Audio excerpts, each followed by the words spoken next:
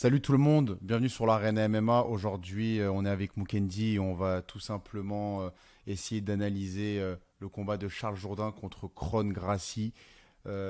Si vous pouvez, abonnez-vous, ça nous aide énormément à développer la chaîne.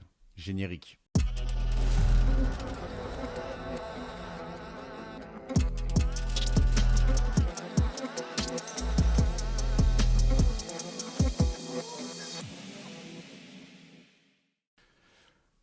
Kron Gracie contre Charles Jourdain.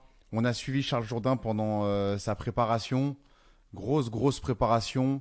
J'ai l'impression qu'on a un nouveau Charles Jourdain. Et je pense que c'est le combat de sa carrière. C'est son plus gros combat à date. Mais comme le disent beaucoup, c'est à chaque fois, le prochain combat est toujours le plus gros combat de la carrière. Donc, ça vaut ce que ça vaut. Kron Gracie, c'est le fils de Rickson Gracie. Rickson Gracie, légende du Pride à l'époque. Il était invaincu même à 11-0. Kron, il a une petite fiche.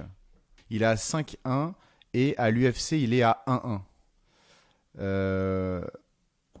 C'est un excellent grappleur, comme son nom l'indique, Gracie.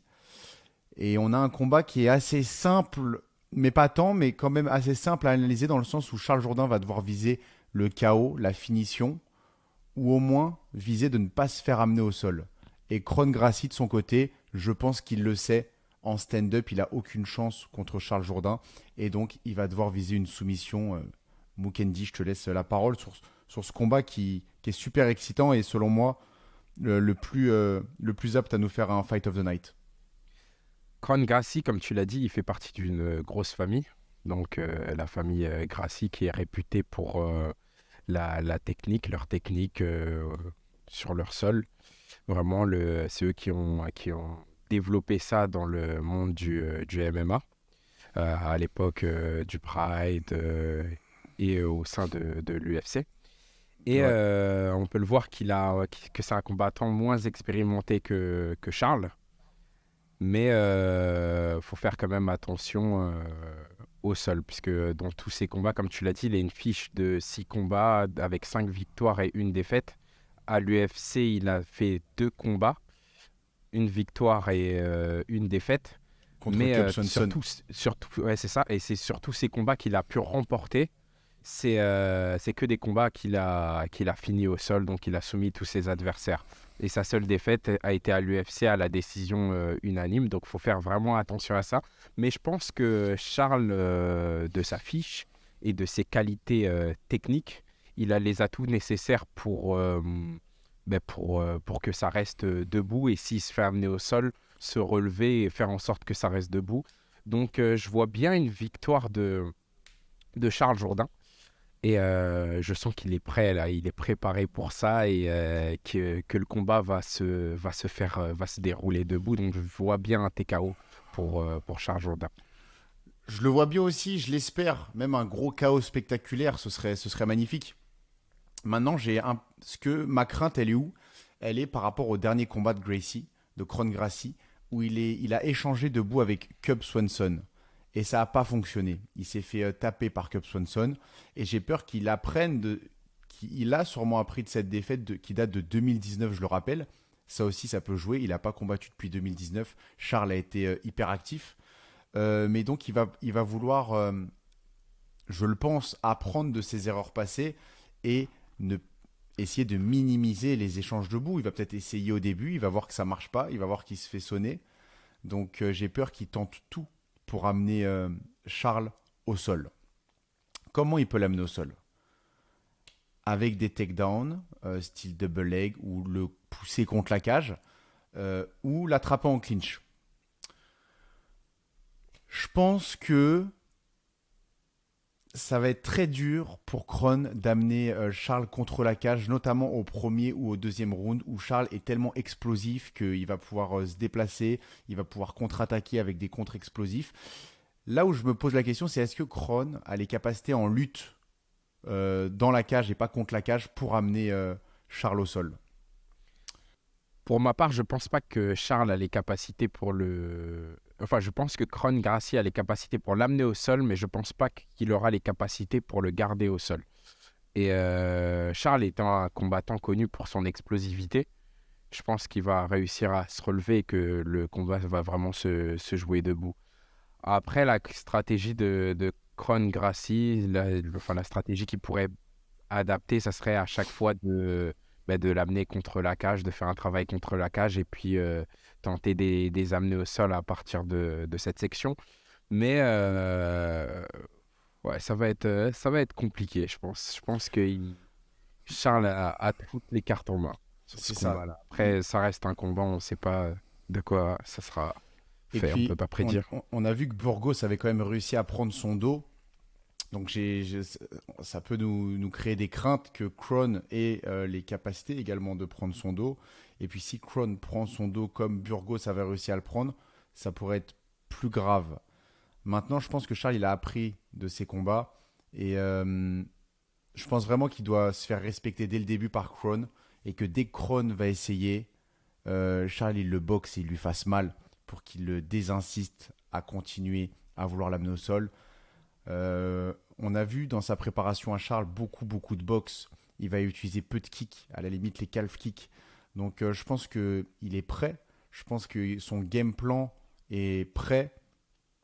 Également physiquement il est prêt. Parce que lors de son dernier combat à Paris, son dernier combat, c'était à Paris contre Nathaniel Wood. Il avait Mhm. eu énormément de pépins physiques, et c'est pour ça qu'il n'avait pas réussi à performer. Je pense que là, comme il nous l'a dit en interview, et d'ailleurs, je vous invite à aller écouter ses interviews, je pense qu'il est prêt plus que jamais. Il a 27 ans ou 28 ans, je crois 27. Il est en pleine forme physique, et selon moi, on va avoir un grand Charles Jourdain. Et la suite sera intéressante. Donc, on va faire également, bien sûr, une analyse de ce combat. Donc, c'est pas mal tout pour ce combat-là. Un classique striker qui doit pas se faire emmener au sol. Donc, une Hâte de bonne voir boxe, un bon déplacement. hâte de voir la suite, hein, hâte de voir le combat et surtout, et aussi les combats qui sont les combats de Burns et de Ouais. Aljamain Sterling. C'est une grosse carte, c'est un bon UFC. D'ailleurs, pronostic final pour Charles Jourdain contre Kron Gracie. Moi, j'y vais pour un KO ou TKO premier round pour Charles. Moi, je pense au deuxième TKO. Parfait. Pronostic pour Belal Muhammad contre Gilbert Burns. Et si tu veux l'accompagner d'une légère analyse, fais-toi plaisir. On a le temps. Et je vais, je vais voter pour Burns. Burns, c'est un tueur, c'est une machine de guerre. C'est son troisième combat de l'année, c'est vraiment respectable. Et, mais je pense qu'il est vraiment en grosse forme physique, il est effrayant, très complet. Et je pense que, enfin, je vois Burns prendre le combat, donc je dirais par décision unanime. Ok. Moi, de mon côté, je vois aussi Burns parce que là, on a un Burns qui est le prime Burns, j'ai l'impression. Et même quand il n'était pas en prime avant, c'était une machine de guerre. Et même à ce moment-là, je l'aurais vu vainqueur contre Belal. Mais là, je le vois plus que jamais vainqueur contre Belal Muhammad, qui est un très bon combattant, Belal Muhammad. Mais là, je pense qu'il a affaire tout simplement à plus fort que lui et dans tous les compartiments. Peut-être pas en lutte pure. Et même encore là, je pense qu'en lutte pure, Gilbert Burns est meilleur que Belal Muhammad. On va avoir des réponses, mais selon moi, victoire de Burns est possiblement une finition. Mais c'est vrai que la décision semble plus probable, due à la ténacité de Belal Muhammad. Et concernant Henri Cerudo contre Aljamain Sterling, Mukendi, j'aimerais t'entendre. Bah écoute, sur ce combat, je vois Aljamain gagner. Et gagner, je pense que ils vont se tester aussi en phase de lutte et que Cerudo sera surpris par la capacité de lutte de Aljamain. Il va faire attention et je pense qu'on aura droit à beaucoup de striking dans ce combat-là. Je pense que ça va être un combat qui s'effectuer plus debout. Et je vois Jermaine vaincre et réussir à imposer son jeu. avec ses atouts qui seront sa grandeur par rapport à Cerudo. Mais méfiance quand même, Ah bah ouais, ça reste Cerudo et ça, ça- c'est une légende dans ce ça- sport. bah ouais, double champion et champion olympique, triple C. De mon côté, j'ai énormément de mal à voir qui va l'emporter. Parce qu'on a deux fins tacticiens dans la cage. Des mecs qui réfléchissent, des mecs qui s'adaptent en cours de combat, qui savent adapter leur game plan, qui ont de base un bon game plan et qui savent l'adapter selon ce qui se passe. On a techniquement les deux meilleurs lutteurs de la catégorie. Cerudo est censé être le meilleur lutteur. Sur Mais papier, ouais. Sur papier, mais Aljamain Sterling a une telle puissance physique. Selon moi, il y aura une différence de gabarit dans la cage. Je pense que Aljamain, quand donc ils se battent, on le rappelle, à 135, mais il est facile à 165 quand il est dans la cage, voire même Ouais, il est quand plus. même, 170 une fois. il est quand même costaud. Il a déclaré que son plan, c'était vraiment de battre Cerudo, de battre Sean O'Malley, et puis de monter pour combattre Ouais, bah il peut. Volkanovski. Je dis Donc, pas qu'il peut. je pense que de taille et de gabarit, Il a un il a avantage. les atouts et la puissance Ouais, pour monter en catégorie, et il aura peut-être l'avantage aussi sur sur Cerudo. Cerudo, du moins en termes de puissance. Ouais, Mais après, méfiance, parce que Cerudo, comme tu as dit, c'est un fin tacticien et sacré c'est un client. expert dans ce domaine. Et franchement, il prépare je pense qu'il nous concocte des grosses stratégies. Là, ça va être un beau Ouais. combat. Et puis les deux, ils se ressemblent vraiment aussi. Alors physiquement, c'est l'inverse. Il y en a un qui est grand et balèze, l'autre qui est plus petit, mais bon, avec un bon physique, mais vraiment petit. Mais les deux, malgré le fait que ce sont des lutteurs de profession de base, ils ont développé un jeu de striking qui est quand même très bon. Mhm. Et j'ai hâte de voir. J'ai hâte de voir et j'arrive pas à pronostiquer. J'aurais envie de dire Sterling pour les attributs physiques parce qu'en termes techniques, ça c'est très proche les deux. Et puis ça fait longtemps qu'on n'a pas vu Cerudo se battre. C'est Mais bon, ça. Moi, je pense que j'ai été influencé par ça. Par mm, le côté aussi où Cerudo, ça fait ouais. longtemps que je ne l'ai pas vu se battre. Il a fait une grosse pause. Et qu'Aljamain, il continue toujours à se battre. Il nous a impressionnés par ses dernières prestations. Et donc, je suis resté sur ces dernières images, et peut-être que Cerudo va nous prouver le contraire et va nous montrer que ça reste lui le numéro un de cette catégorie. Également, un truc qui me fait pencher pour Sterling, et je vais finir avec ça, c'est les adversaires qu'a battu Cerudo. On a vu qu'ils se sont tous fait déclasser là récemment. Donc son niveau d'adversité, on pourrait le remettre en question, malgré qu'à l'époque, ils avaient sûrement un niveau meilleur qu'aujourd'hui. Donc Dominique Cruz, qui s'est récemment pris un KO par Marlon Vera. Juste avant ça, on a eu TJ Dillashaw, qui s'est. TJ Dillashaw, là, il s'est fait choper, je pense, hein. Je Non, crois, il s'est fait je blesser, il crois. s'est blessé, il s'est blessé. Il s'est blessé, mais il avait battu Cory Sandhagen. Et. Ouh là là, attendez, je regarde. Et il a perdu contre Aljamain Sterling. C'est ça. Il s'est pris un KO au deuxième round. Euh, il a battu également Marlon Moraes, qui est même plus à l'UFC, parce qu'il enchaînait les défaites. Donc, c'est ça. Donc je pense que c'est peut-être un indicateur aussi du fait que Sterling a fait face à une plus grande adversité que Cerudo au niveau de ses combats. Donc Henry Cerudo, on le juge sur des victoires écrasantes contre des adversaires qui aujourd'hui se font déclasser un petit peu. Donc on va voir. Je vais y aller pour le coup aussi Après, avec par exemple, Sterling. je viens de voir, en fait, puisque j'avais un doute là, quand tu vois par rapport à TJ Dillashaw, il l'avait vraiment écrasé Ouais, au premier round en 2019 en quelques ouais, ouais, secondes. c'est vrai. Et donc, donc, Mais méfiance c'était sur ce combat, ça va être un combat très difficile, je pense, hein. mais Franchement, c'était le Cerudo, c'était le Dillashaw poids mouche, ouais. flyweight. Donc il était un peu diminué, je pense. On voyait que Ah, c'était pas le même. Là, il était, tu sais, c'était quand il était tout maigre, là, il faisait peur même à ouais. voir Dillashaw à ce moment-là. D'ailleurs, après ça, il s'était fait choper pour dopage.